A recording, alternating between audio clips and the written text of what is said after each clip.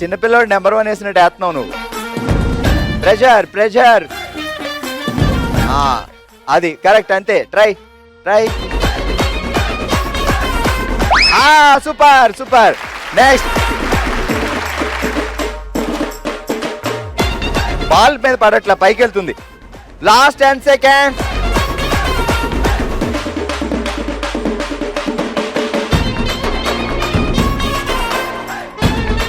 Stop. మొత్తానికి విజయలక్ష్మి గారు కూడా ఒక బాల్ కొట్టారు. మహేశ్వరి అండ్ విజయలక్ష్మి ఒక్క బాల్ కొట్టారు. విజయలక్ష్మి గారు కూర్చొని చూద్దాం. నెక్స్ట్ భాగ్యలక్ష్మి గారు రెడీ. 3, 2, 1 స్టార్ట్. బాల్ మీద కాన్సన్ట్రేషన్. మనం అసలు 2 బాల్ టార్గెట్ తో వచ్చాం. కొట్టు, అదే కొట్టు. కొంచెం కిందికి. అది పర్ఫెక్ట్. ఊగుతుంది. కొట్టు. ఏయ్ 10.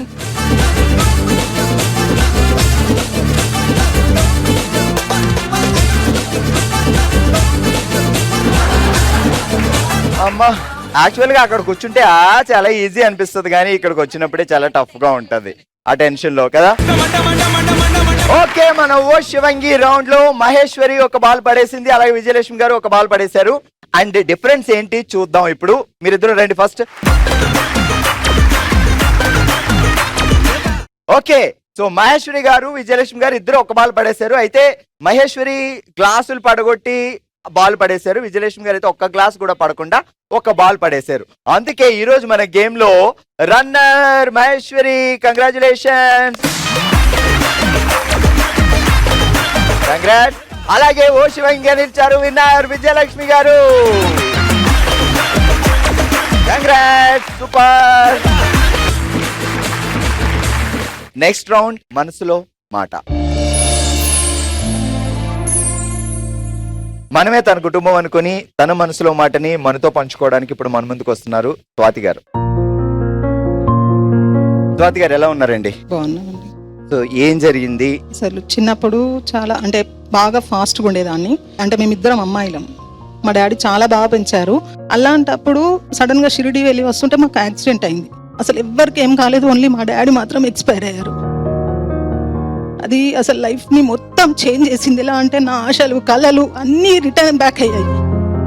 ఫ్రెండ్స్ సర్కిల్ కూడా చాలా మంది, అంటే ఇప్పుడు అంటున్నాను కాదు కానీ చాలా మంది దూరం పెట్టారు. మా మమ్మీని చూడడం కానీ, అంటే అది 25 years బ్యాక్ కాబట్టి హస్బెండ్ లేరు కాబట్టి ఎవరు కూడా మా మమ్మీ ఫేస్ చూడలేదు. మార్నింగ్ లేచినా మా మమ్మీని అసలు ఎవ్వరు కూడా పట్టించుకోలేదు, చూడలేదు. మా మమ్మీకి ఇలా అని కూడా ఏ ఫ్రెండ్ కూడా చెప్పలేదు. తను ఇక చిన్నప్పుడే మా అక్క పెళ్ళి, నా పెళ్ళి అందరిది చేసేసింది. ఎప్పుడు క్లాస్ ఫస్ట్, అసలు ఎలా అంటే అన్నిట్లో ఫస్ట్ నేను. అలాంటప్పుడు చదివియాల్సిన మా మమ్మీ కూడా అసలు మా డాడీ చనిపోయాక తను కూడా కోమా స్టేజ్కి వెళ్ళిపోయారు. అసలు ఏం చేయాలో అర్థం కాక ఇక మా అమ్మమ్మ వాళ్ళు వీళ్ళందరూ అనుకొని నాకు పెళ్లి చేశారు. కాకపోతే చేశాక కూడా ఇక్కడ నుంచి ఊర్లోకి ఇచ్చారు. అలా కూడా చాలా సఫర్ అయ్యాను, ఏడ్చాను. మా ఫ్రెండ్స్ అందరు యుఎస్లో ఉంటే ఇప్పటికి కూడా అసలు ఉండొద్దు ఈ లైఫ్ ఎందుకు అనిపించింది. అట్లాంటి సిచ్యువేషన్ నుంచి అసలు చెప్పుకుందామంటే అసలు ఎవ్వరూ లేరు. అన్నదమ్ములు లేరు, నాకు ఎవరూ లేరు. అసలు ఎవరికైనా చెప్తే కూడా వీళ్ళు తీసేస్తారేమో అని స్ట్రాంగ్గా ఉండడమే తప్పితే అసలు ఏ రోజు బెడ్రూమ్లో ఏడవడం తప్పితే బయట ఏడవడం ఎన్నడూ అసలు జరగలేదు. అలాంటి సిచ్యువేషన్ ఎవరికి రావద్దు. ఎందుకంటే ఆడపిల్లలు పెంచేటప్పుడు తండ్రి ప్రేమ ఎంత ప్రేమ అంటే తండ్రిది, అసలు ఈ రోజు అసలు అట్లాంటి ప్రేమ ఎవరికైనా చూస్తే అసలు తట్టుకోలేకపోతున్నా.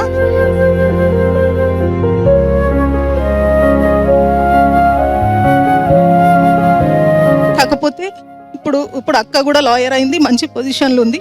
నేను కూడా పొలిటికల్ గా కానీ అన్ని రంగాలలో ముందుకున్నాను. కాకపోతే తండ్రి లేని లోటు అది ఎవరు తీర్చలేనిది. అది భర్త అయినా పిల్లలైనా ఎవరైనా మా డాడీ.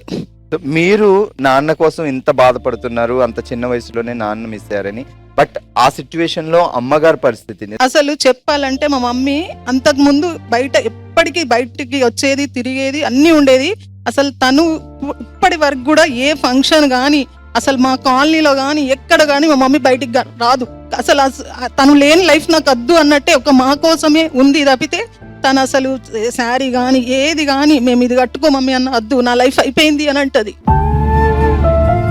కానీ ఇద్దరు ఆడపిల్లలు ఇప్పుడు గెటాన్ అయినాక ఒక్కొక్కరు అంటుండ్రు మంచిగా అయినరా అంటుండ్రు, కానీ అది ఎట్లా అయినాం అనేది అది మాకు తెలుసు. ఇంటికి మూల స్తంభం తండ్రి. సో మనం తల్లి ఎంత ప్రేమ చూపించినా ఒక్కసారి ఇంట్లో ఆ పెద్ద ఆయన లేడు అంటే ఇంకా ఆ కుటుంబం నిలబడడానికి చాలా కష్టపడాలి. సో మీ తమ్ముడిగా ఈ కుటుంబంలోకి వచ్చి ఇక్కడ మీ మనసులో మాట చెప్పారు, ఫస్ట్ టైం బయట చెప్పాను అని. మీరు ఇదే స్ట్రెంగ్త్, ఇదే స్ట్రాంగ్నెస్ తో మీరు ఉండాలి అండ్ మీరు ఏదైనా అచీవ్ చేయగలరు. అంటే ఈ కుటుంబంలోకి తమ్ముడి దగ్గరికి వచ్చారు కాబట్టి మీరు హ్యాపీగా ఇంటికి వెళ్ళాలి, అదే మా కళ.